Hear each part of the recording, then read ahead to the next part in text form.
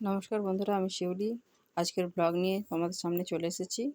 সকালবেলা উঠতে একটু দেরি হয়ে যাচ্ছে, কদিন থেকে একটু ঠান্ডা ওয়েদারটা আছে, তাই দেখো গোপুসোনাকে উঠিয়ে নিয়েছি। কাপড় ছেড়ে নিয়েছিলাম, এখন গোপুসোনাকে উঠিয়ে জল খাইয়ে দিচ্ছি, তারপর একটু বিস্কুট খাইয়ে দিয়ে ঘরের কাজে লেগে পড়েছিলাম। চলে গেছিলাম ফুল তুলতে, এই যে ফুল তুলে নিয়ে চলে এসেছি। এখন আরেকবার চা বানিয়ে নিচ্ছি, দুজনে খেয়ে নেবো। তারপর জল খাবার এদিকে ছোলার ঘুগনি, পায়েস আর রুটি বানিয়েছিলাম। পায়েসটা বসিয়ে দিয়েছিলাম, রুটিটা বানিয়ে নিচ্ছিলাম।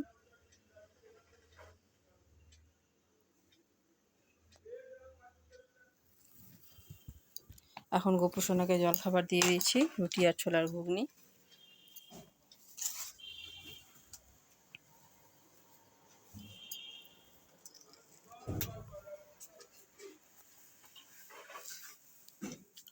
ওর খাওয়া হয়ে গেলে বরকে খেতে দিয়ে দেবো জল খাবার।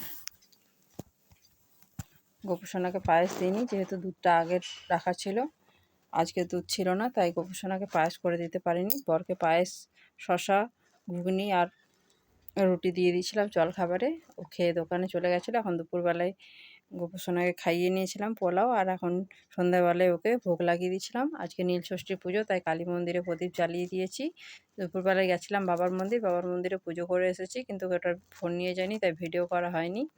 এখন কালী মন্দিরে একটু লুট দিয়ে নিলাম। দেখো বাচ্চাগুলোকে ডেকে নিয়েছিলাম চকলেট লুটটি দিয়ে। তারপর